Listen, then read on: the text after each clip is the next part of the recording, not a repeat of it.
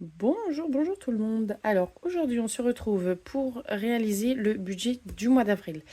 Alors du coup on fera pas de clôture du mois de mars. Je me suis dit je commence la chaîne donc je veux commencer avec vous du début à la fin.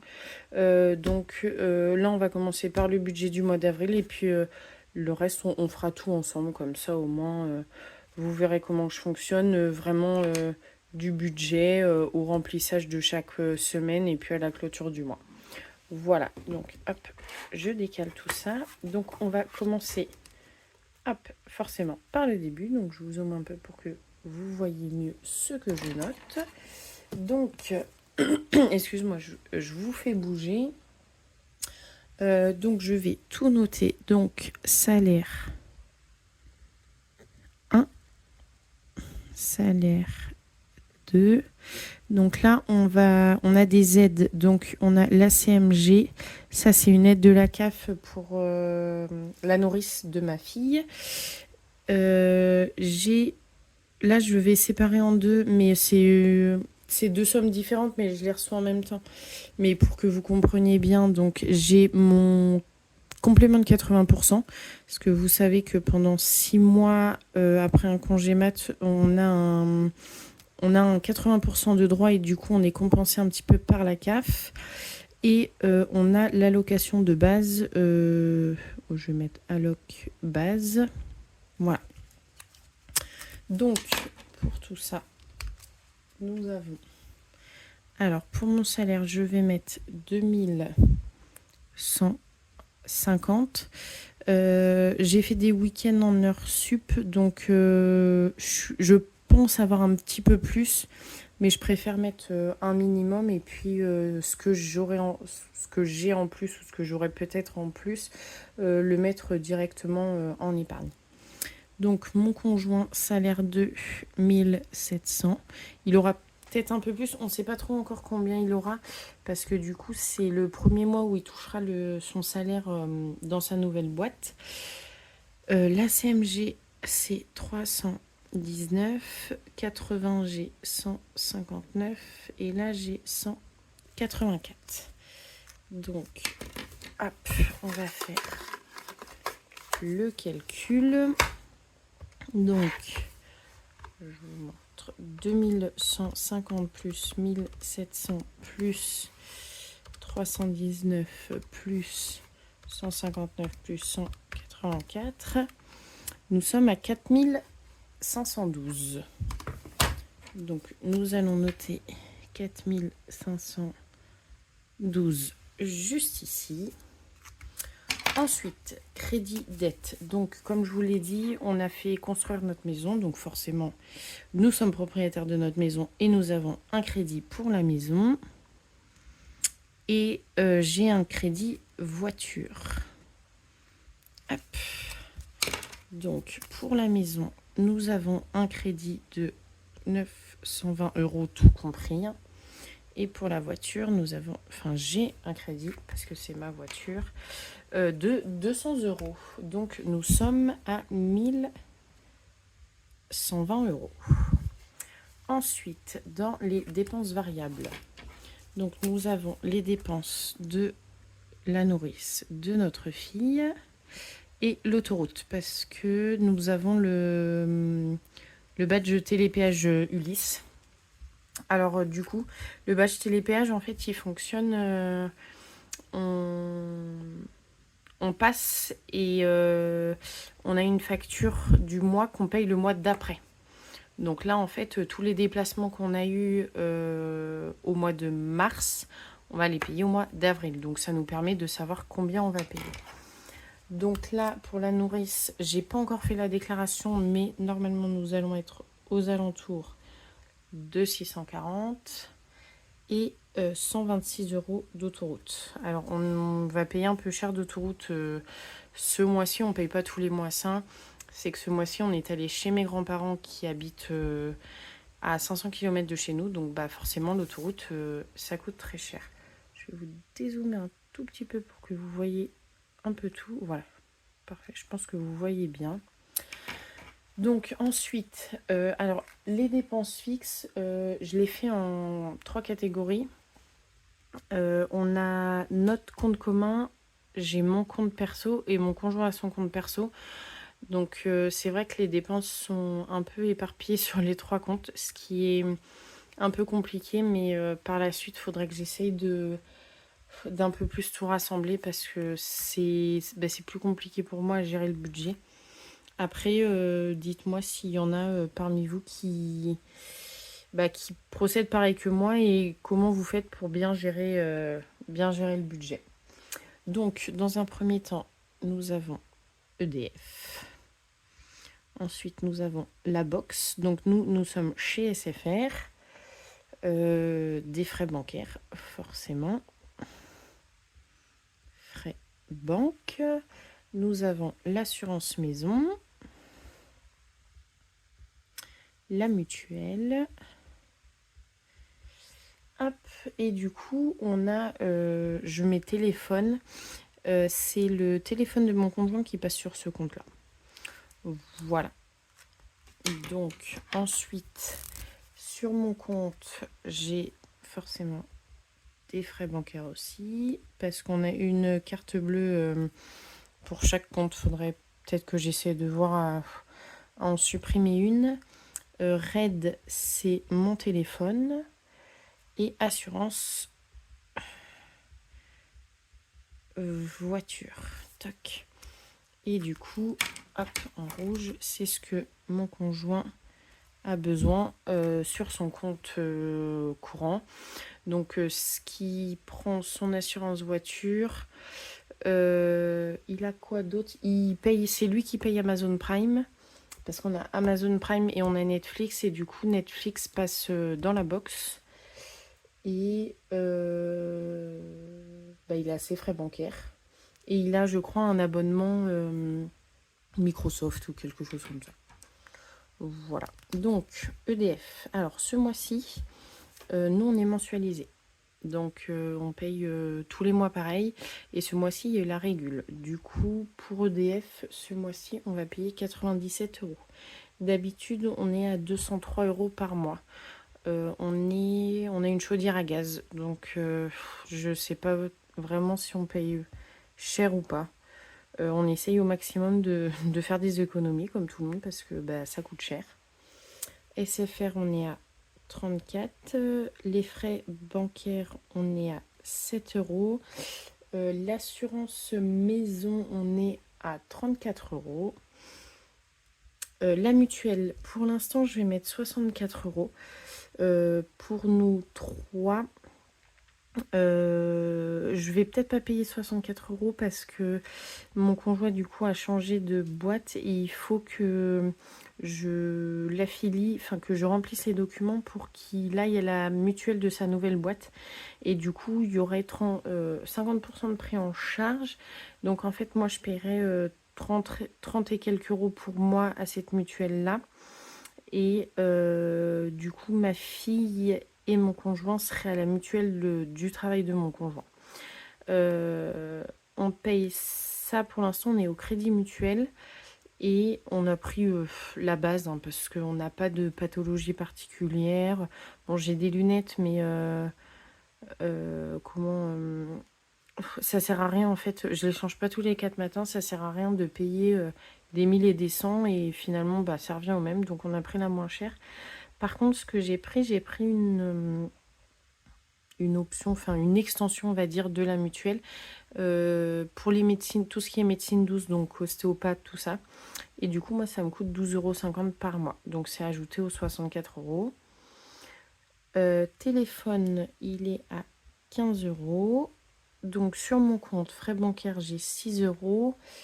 Red, je paye 12 euros. Et assurance voiture, je paye 76 euros.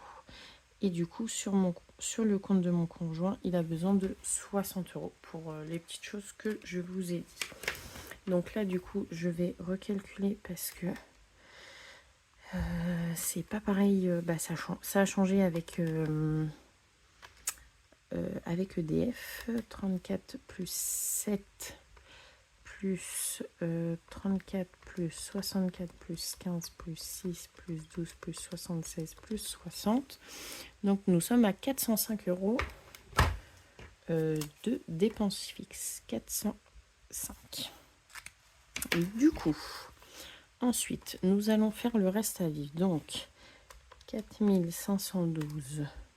Non, pas 4512. On va faire 1120 plus...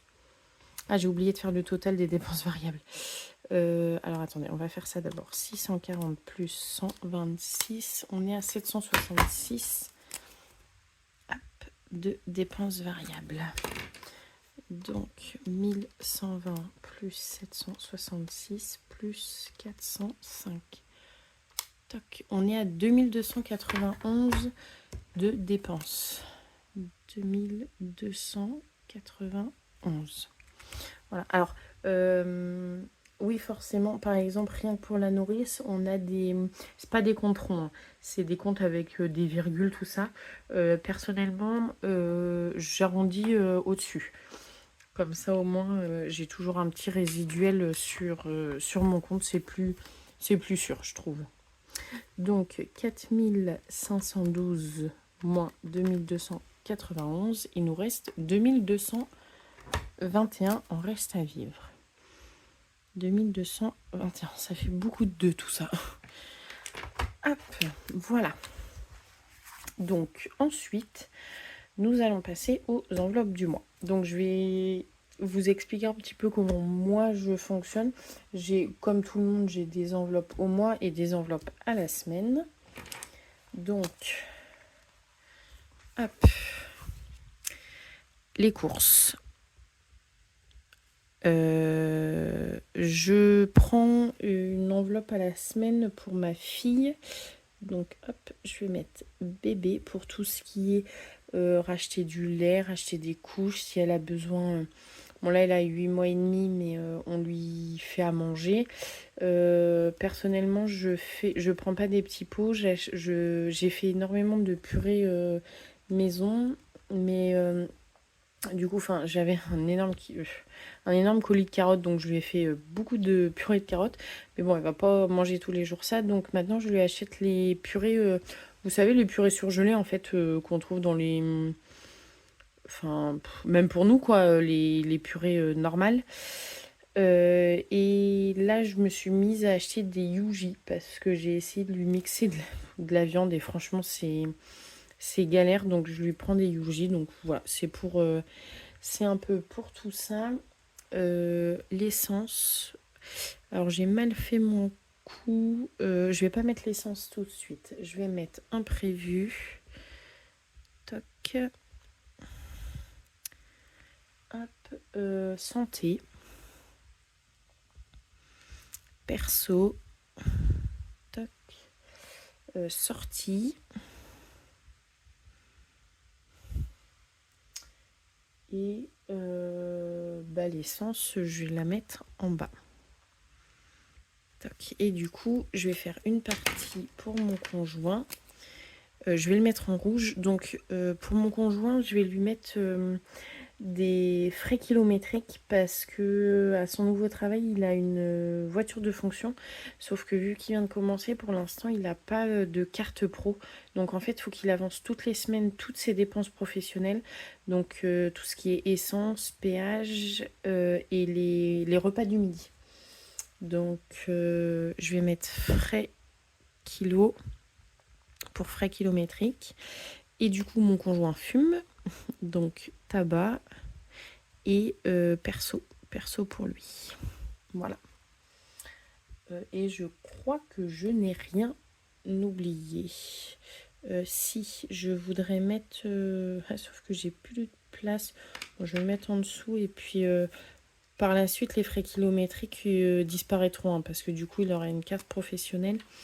Je vais mettre carte bancaire parce que on fait toujours des commandes en fait sur internet. Enfin, toujours, on n'en fait pas tous les 4 matins, mais par mois, on en fait peut-être au moins une ou deux. Il y a toujours des petits trucs à commander sur Amazon, des choses comme ça. Donc je préfère mettre ça. Et puis au pire, ça me laisse un petit fonds sur mon compte. Comme ça, s'il y a des choses qui sont passées qui ne devaient pas, ou si on gère mal, au moins j'ai toujours un fonds sur le compte. Donc les courses, je fais en deux manières. Souvent, je vais faire un gros drive en début de mois. Et ensuite, je vais faire une enveloppe à la semaine. Sauf que... Enfin, je vais toujours procéder comme ça. Avant, je mettais 150 € du coup pour faire un drive. Et ensuite, je mettais 50 € par semaine en liquide.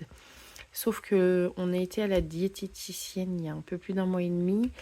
Et du coup, on essaye de faire un rééquilibrage alimentaire. Du coup, on utilise l'application Jo. Jo, je sais pas trop comment on dit. Je sais pas si vous connaissez, c'est une application qui va vous faire des menus. Et en fonction des menus, en fait, elle va vous préparer un drive. Et du coup, je pense que c'est beaucoup plus simple de faire des drives, même si j'en fais toutes les semaines. Parce que je vous avoue que ça va m'éviter d'aller dans les magasins et de dépenser autre chose que je n'ai pas forcément besoin. Parce que ça, c'est mon gros problème. Donc, ce que je vais faire, c'est que maintenant, les courses, je vais les mettre uniquement en virtuel. Et il faut que je me pousse à, si je ne dépense pas tout, si mon drive de la semaine ne dépasse pas mon budget, enfin, je vais faire en sorte qu'il ne le dépasse pas, mais que je retire en fait chaque semaine l'excès, enfin, ce qui me reste quoi pour mettre en économie dans mes défis. Donc d'habitude je faisais 150 € en début de mois et 50 € par semaine, mais là je pense que je vais passer à 60 € par semaine. Donc ça fait 60 fois 4 plus 150 en début de mois. Donc on est à 390, je vais arrondir à 400. À 400 € dans le mois. Et puis on verra pour ce mois-ci comment ça se passe, voir si on a trop. Depuis quelques mois, ouais, j'essaye vraiment. Excusez-moi, je vous fais peut-être bouger, j'ai tapé dans le trépied.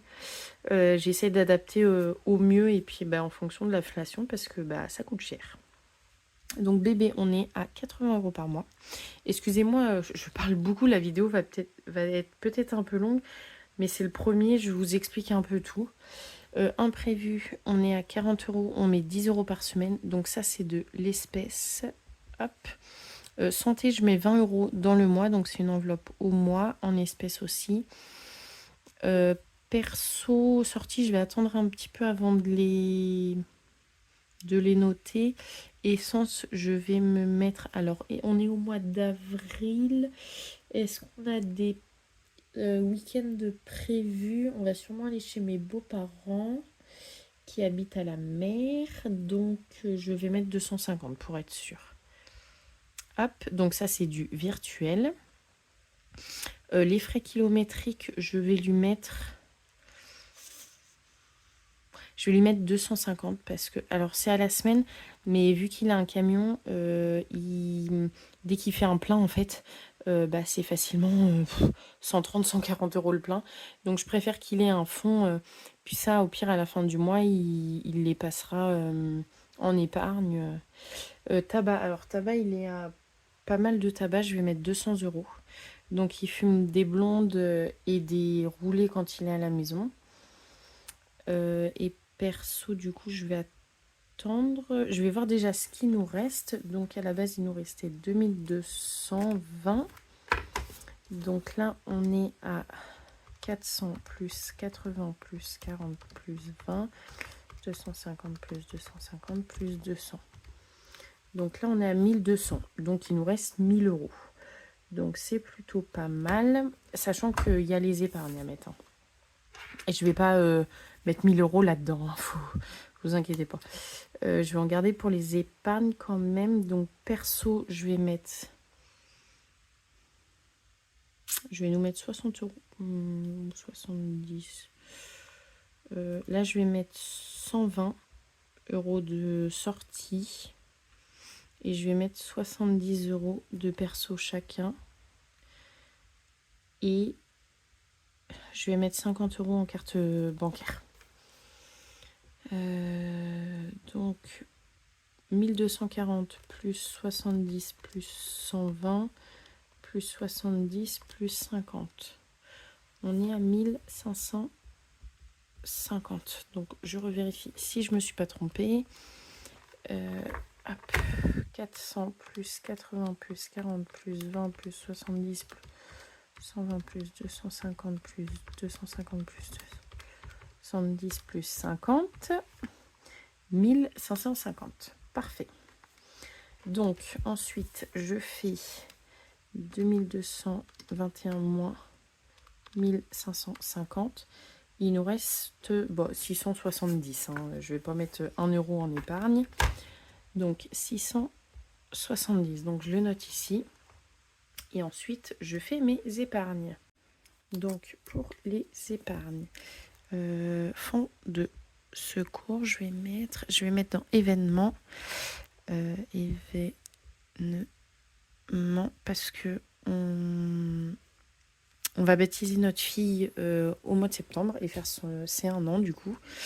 Dans maison, travaux. Hop. Alors maison, travaux, c'est différent pour moi. Maison, c'est plus tout ce qui va être décoration. Parce que vu qu'on a fait construire la maison, on y habite depuis 1 an et demi, presque bientôt. On a encore tout l'extérieur à faire, donc les travaux c'est vraiment gros travaux, et maison c'est tout ce qui est à l'intérieur, la petite déco, les choses comme ça, ou même l'électroménager, le moment où il y aura besoin. Anniversaire, Noël, je vais mettre un petit peu, je vais commencer à mettre dans Noël, même si c'est pas tout de suite, c'est bien de mettre petit à petit. Shopping, vacances, parce que ça va arriver vite. Voiture, hop, et de l'épargne pour mon conjoint, pour sa voiture, ses choses à lui. Après, tout ce qui est, par exemple pour les cadeaux qu'il veut faire, les choses comme ça. Mais sinon, le plus gros, ça va être dans ces épargnes-là. Donc, dans fonds de secours, je vais mettre 30 euros. Événement 70, maison 70, travaux 100, anniv je vais mettre 40, Noël 20, shopping 50, vacances 100, voiture 30 et pour mon conjoint 160. Voilà, donc je refais un petit check au cas où. 30 plus 70 plus 70 plus 100 plus 40 plus 20 plus 50 plus 100 plus 30 plus 160. On est bien à 670. Voilà. Donc il nous reste plus rien après avoir fait tout ça. Donc je note ça espèce et ça espèce. Et donc sur le compte commun, il nous faut 2000, attendez, je vais changer de couleur, ça va être mieux pour moi. 2237 euros. Sur mon compte, il me faut 694. Sur le compte de mon conjoint, il faut 740. Et il faut que je retire, je vais le mettre là, espèce, 330 euros. Voilà. Je sais pas quand est-ce que j'irai retirer, sûrement dans la semaine. Et du coup, je vous ferai la vidéo de remplissage le week-end prochain, le week-end de Pâques, ouais. Parce que nous, on reste à la maison, donc je pense que j'aurai le temps de la faire. Voilà, donc voilà mon budget. Si vous avez des questions, n'hésitez pas à les poser en commentaire. Si vous avez aimé la vidéo, mettez un petit pouce bleu. Et puis, si vous voulez me suivre, n'hésitez pas à vous abonner. Ça me ferait vraiment très plaisir. Voilà, et je vous fais des gros bisous. Et puis, je vous envoie plein de gros cœurs. Merci beaucoup. Et je vous dis à la semaine prochaine. Bonne semaine à vous.